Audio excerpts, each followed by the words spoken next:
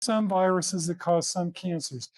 Hepatitis B, hepatitis C cause chronic infectious inflammation of the liver.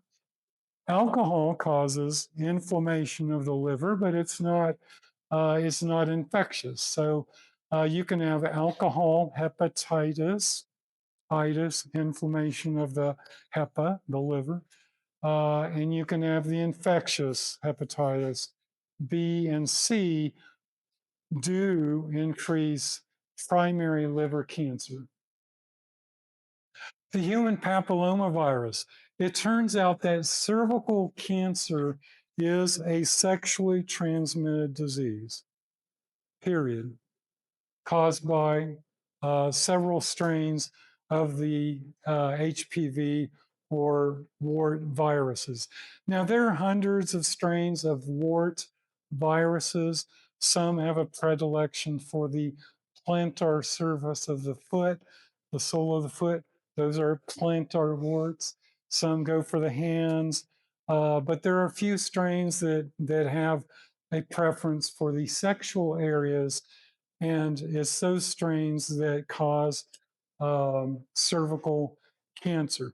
So, knowing that cervical cancer is a sexually transmitted disease, this is a great example of primary prevention, secondary prevention, and tertiary prevention. Um, so, if if cervical cancer is a sexually transmitted disease, what could a woman do with cooperation with her husband do to totally avoid cervical cancer?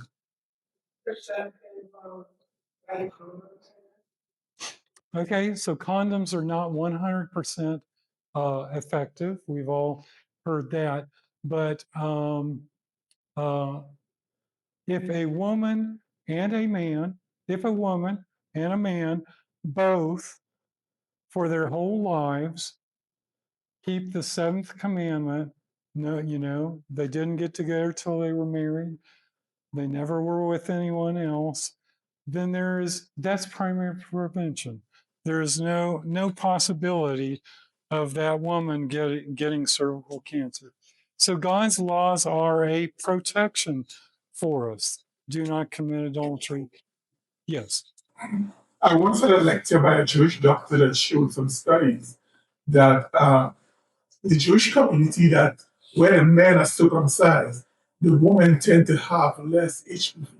We knew we knew in the 80s or before that, the Jewish women had much less cervical cancer. And it is very much true that wives of husbands who are circumcised have less HIV, less cervical cancer as well. So we knew that we had that observation before the 80s when I went through medical school. And then, of course, since the 80s, we've discovered the actual the actual agent that was causing it. So primary prevention is both man and woman keeping the seventh commandment: no fornication, no adultery,